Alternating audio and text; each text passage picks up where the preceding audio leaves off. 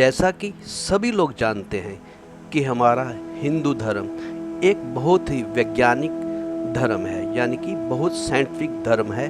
और इसमें जो भी परंपरा या जो भी क्रियाकांड बनाए गए हैं उनके पीछे कोई ना कोई साइंटिफिक रहस्य जरूर है, जिसको भले ही हम आज ना जानते हों, पर असल में उनके पीछे रहस्य जरूर है जो हमारे बुजुर्गों ने सोच समझकर बनाया है। जैसे कि एक ये परंपरा है कि जब कोई व्यक्ति अपनी आयु पूर्ण करके इस संसार से विदा लेता है तो उसके बाद उसके जितने भी कपड़े होते हैं उनको कोई भी अपने घर में नहीं रखता, या तो उनको दान कर दिया जाता है, या उनको नदी में बहा दिया जाता है, या उनको जला भी दिया जाता है कुछ जगहों पर। तो इसके पीछे क्या रहस्य है आज जानते हैं कि मृत व्यक्ति के जो कपड़े हैं उनको हमें घर में क्यों नहीं रखना चाहिए।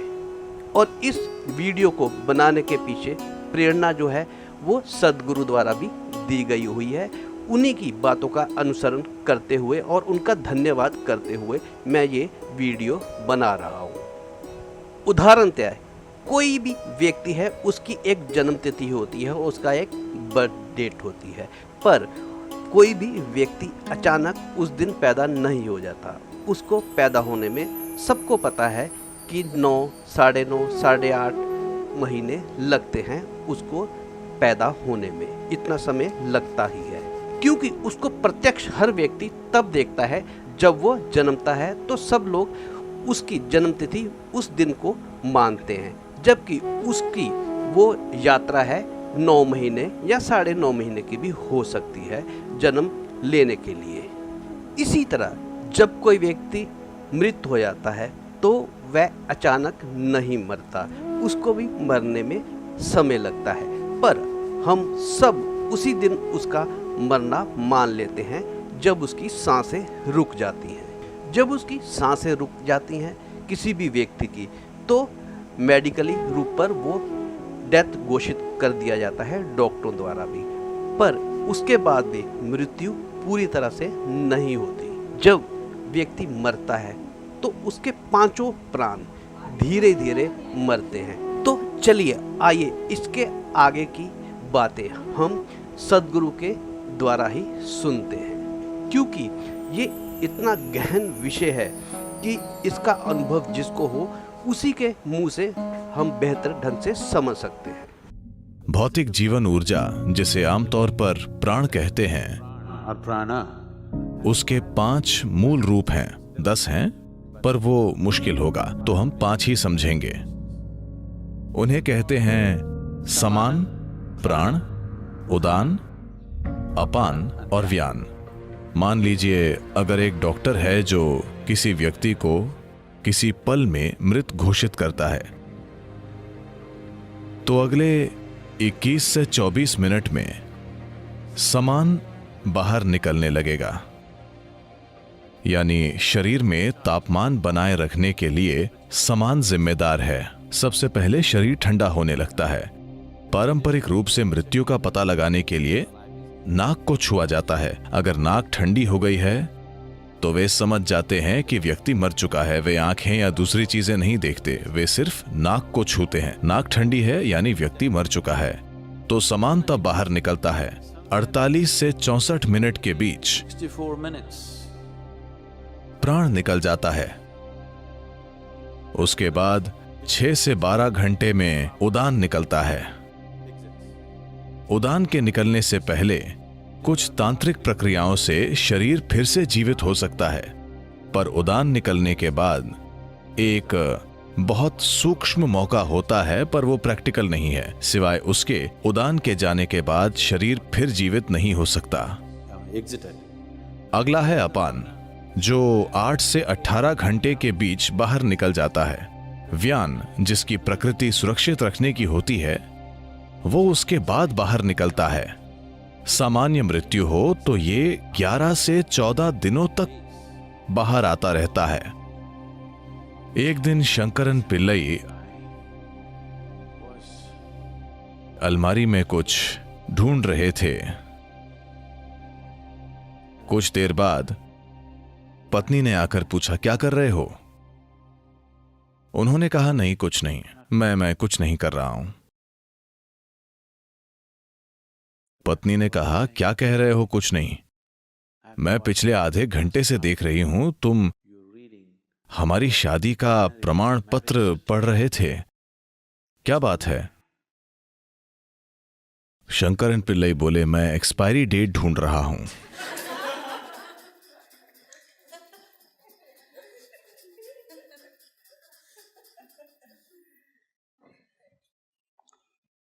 तो हालांकि मृत्यु की समाप्ति तिथि हो सकती है, पर व्यक्ति एक दिन में नहीं मरता। यह एक धीमी प्रक्रिया है। वाकई ये अभी हो रहा है, धीरे धीरे। योग से आप मृत्यु के मार्ग में रुकावट डाल सकते हैं, पर उसे रोक नहीं सकते। हां, दैनिक अभ्यास एक रुकावट है जिससे यह धीमा हो जाता है, पर रुकता नहीं है।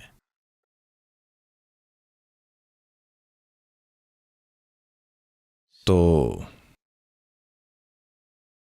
आज आपके पुराने कपड़ों से हम आपका डीएनए ले सकते हैं। आपके जाने के बाद 100 साल बाद हम आपका क्लोन बना सकते हैं। हाँ हाँ या ना? आपको पता है? तो कम से कम आपकी भौतिकता आपके कपड़ों से जो ली जा सकती है, और हम आपको फिर से बना सकते हैं। कम से कम आप जैसा दिखने वाला व्यक्ति बना सकते हैं। हम शरीर बना सकते हैं। तो आप अभी भी हर जगह मौजूद हैं। जब योगी मरते हैं तब उस कुटिया को जला देते हैं जिसमें वे अकेले रहते थे। ऐसा करने का तरीका है, मैं नहीं बताऊंगा, क्योंकि मैं नहीं चाहता कि आप यहां कॉटेज में आग लगा दें।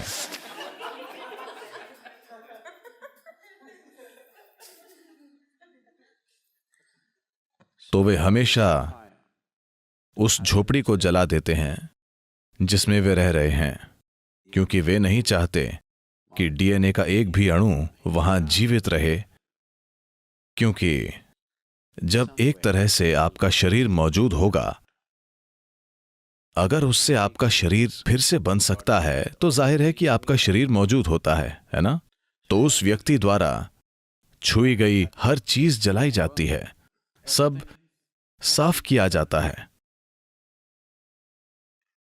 इसी वजह से यही एक मुख्य कारण है कि आध्यात्मिक पथ पर लोग अपनी भौतिक संपत्ति को इतना कम रखना चाहते हैं। अगर आप एक सन्यासी के कमरे में जाएंगे तो आप देखेंगे 3 जोड़ी कपड़े अच्छे से रखे हुए होंगे, पानी पीने के लिए बस एक बर्तन, खाने के लिए एक थाली और सोने के लिए सिर्फ एक चादर। And that's it.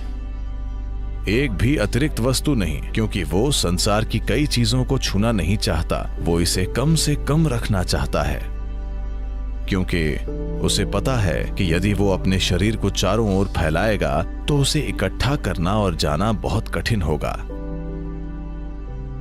इसीलिए वो किसी भी तरह के शारीरिक संबंध नहीं बनाता है, क्योंकि वो समझता है कि अगर उसका शरीर हर जगह होगा तो उसे इकट्ठा करके जाना बहुत मुश्किल होगा। जो लोग आपके शरीर से आए हैं वे भी समय आने पर आपके साथ नहीं जाना चाहते। वे नहीं आएंगे, वे कहेंगे आई लव यू, पर वे आएंगे नहीं। मृत्यु होने पर वो व्यक्ति जैसा था उस हिसाब से ये चीजें संभाली जानी चाहिए। आज की दुनिया में जब लोगों ने 3 जन्मों के लिए पर्याप्त कपड़े, 10 जन्मों के लिए पर्याप्त जूते इकट्ठा कर लिए हैं, तो वो सब जला देना सरासर बर्बादी होगी। और वैसे भी उनके जीने का तरीका और शरीर छोड़ने का तरीका ऐसा होता है कि वे हमेशा इस धरती पर फिर से आते हैं। सब जलाने का कोई मतलब नहीं है। कम से कम जो चीजें शरीर से बहुत करीब से जुड़ी हुई हैं, जैसे उनके भीतरी कपड़े और वैसी चीजें जला देनी चाहिए। उन्हें जरूर जलाना चाहिए, क्योंकि वरना वो जीव आसानी से आगे नहीं बढ़ पाएगा। वो समझ नहीं पाएगा, उसमें यह समझने का विवेक नहीं होगा कि उसे यहां होना चाहिए या वहां होना चाहिए। वो तय नहीं कर पाता। निर्णय लेने की क्षमता नहीं होती, क्योंकि विवेक नहीं होता। शरीर छूटने के बाद प्राणी चीजों में फर्क नहीं कर पाता, तो निर्णय नहीं होता, बस प्रवृत्ति होती है। यहां बहुत सी चीजें हैं जो शरीर की हैं, वो उनके पास रहेगा, खासकर पहले कुछ दिनों में। तो अगर घर में बहुत सारे इस्तेमाल किए गए कपड़े हैं, जो कि पश्चिमी दुनिया में एक समस्या है, क्योंकि कपड़े इस तरह के हैं और समाज के तौर तरीके ऐसे हैं कि हो सकता है कोई 6 महीने वही जैकेट बिना धोए पहनता रहे। हाँ, आप उसका इस्तेमाल करते हैं और वहीं लटका देते हैं, क्योंकि वहां ठंड है और शायद आपको इतना पसीना नहीं आता, इस्तेमाल करके लटका देते हैं। भारत में ऐसा संभव नहीं। अगर किसी चीज का इस्तेमाल होता है तो उसे धोया जाता है। कपड़ों की प्रकृति, वातावरण और सामाजिक तौर तरीके ऐसे हैं, पर यह बदल रहा है, क्योंकि ज्यादातर लोग चीन में बने कपड़े पहन रहे हैं, न कि भारत में बने कपड़े। तो वे ऐसे कपड़ों का उपयोग कर रहे हैं, स्वाभाविक रूप से उनका इस्तेमाल करके उन्हें लटका देते हैं, न कि धोते हैं। इन बातों का ध्यान रखकर हर पहलू को संभाला गया था, पर हम इसे बड़े पैमाने पर खो रहे हैं। इन कपड़ों का बार बार इस्तेमाल करके लटका दिया जाता है। तो आप प्रयोग कर सकते हैं। वैसे आज कुत्ते मौजूद हैं। अगर आप एक पुलिस का कुत्ता लाएं और यहां 1000 जैकेट हों और आप उसे कहें कि जिम की जैकेट बताओ, तो वो बता देगा। हां, गॉड नहीं, बस डॉग।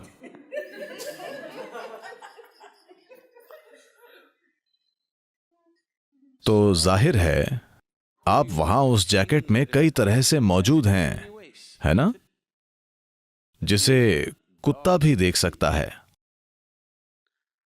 तो जब किसी व्यक्ति के जाने के बाद भी When a person has departed, उसका शरीर कई रूपों में वहीं होता है, तो कई तरह की ताकतें वहां रहने लगती हैं। न केवल उस व्यक्ति की ऊर्जाएं वहां होती हैं, बल्कि दूसरी कई प्रकार की शक्तियां भी। आपका जैकेट एक तरह से खाली शरीर है, और शरीर को खाली छोड़ना ठीक नहीं है।